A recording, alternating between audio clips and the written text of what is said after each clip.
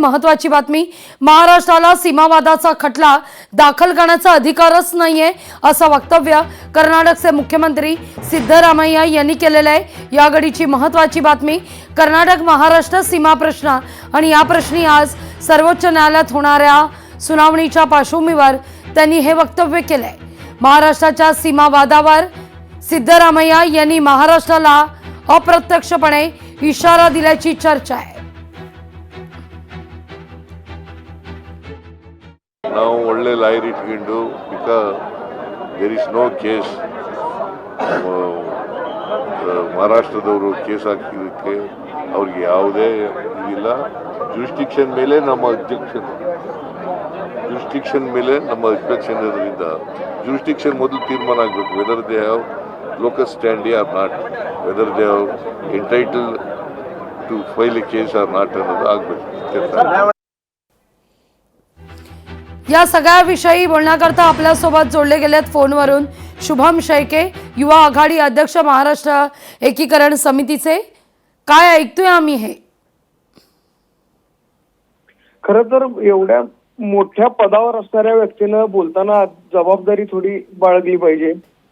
कर्नाटकाच्या निर्मितीनंतर त्यांचे पहिले मुख्यमंत्री होते एस निजलिंगप्पा, त्यांनी स्वतः मान्य केलं होतं की महाराष्ट्राचा काही भाग अनावधानानं हा कर्नाटकात सामील झालाय आणि तो त्यांना परत द्यायला आमची काही हरकत नाही आणि तो रेकॉर्डवर असेल कदाचित। पण असं असताना आजपर्यंत महाजन अहवालाचे तुंतुने सिद्धरामय्यांसह सगळेच कर्नाटकाचे मंत्री आणि नेते वाजवत आलेत। मग तुम्हाला जर महाजन अहवाल मान्य असेल तर मग महाराष्ट्राचा दावा कसा मान्य नाही हे खऱ्या अर्थानं त्यांनी स्पष्ट केलं पाहिजे। अगदी, पण आता जे काय म्हटलंय की सीमावादाचा खटला दाखल करण्याचा तुम्हाला अधिकारच नाहीये, म्हणजे अधिकारच काढून घेण्याचा एक प्रकारे इशारा आहे। इकडं सीमावासियांचे मूलभूत अधिकार जे संविधानाने दिलेले अधिकार आहेत ते आमच्याकडून ते काढून घेत आहेत आणि आता तर महाराष्ट्राचा दावा दाखल करायचाच अधिकार ते काढून घेत आहेत। ते कुठल्या आधारे बोलतायत ते खऱ्या अर्थानं त्यांनाच माहिती आहे। पण आम्ही आमच्या संविधानिक मूल्यांसाठी आणि आम्ही आमच्या स्वराज्यात येण्यासाठी लढतोय आणि जोपर्यंत आम्हाला न्याय मिळत नाही आम्ही लढत राहू। सिद्धरामय्या बोलतील किंवा आणि कोणी बोलतील, पण बेळगावसह सीमा भाग हा महाराष्ट्रात सामील झाल्याशिवाय बेळगावातला मराठी माणूस स्वस्त बसणार नाही। महाराष्ट्रातल्या नेत्यांनी थोड्या जबाबदारीनं या प्रश्नाकडे लक्ष दिलं पाहिजे, कारण हा लढा बेळगावचा नसून महाराष्ट्राचा आहे।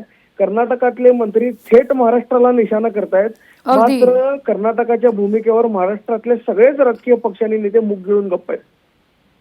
अगदी शुभम, धन्यवाद तुम्ही दिलेल्या एकूणच या प्रतिक्रियेबद्दल। हे होते शुभम शेळके। मालोजी आष्टेकर सुद्धा आपल्यासोबत जोडले गेले आहेत, महाराष्ट्र एकीकरण समितीचे। काय आता तुमची पुढे भूमिका असणार आहे सिद्धरामय्या यांनी असं वक्तव्य केल्यावर?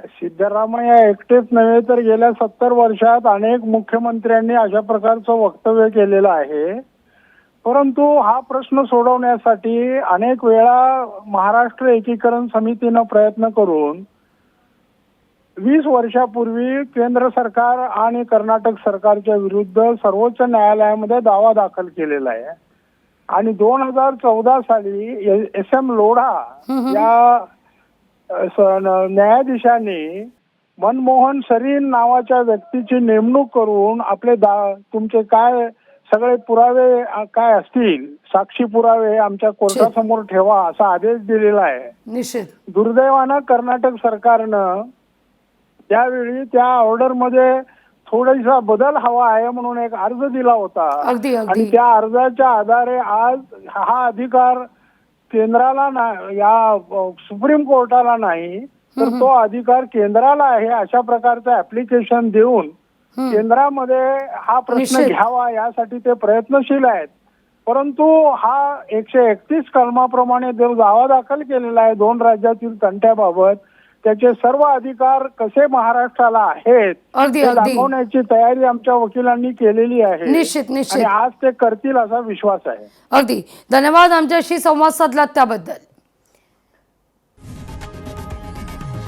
लोकशाही मराठी ऐका, पहा, जागरूक रहा।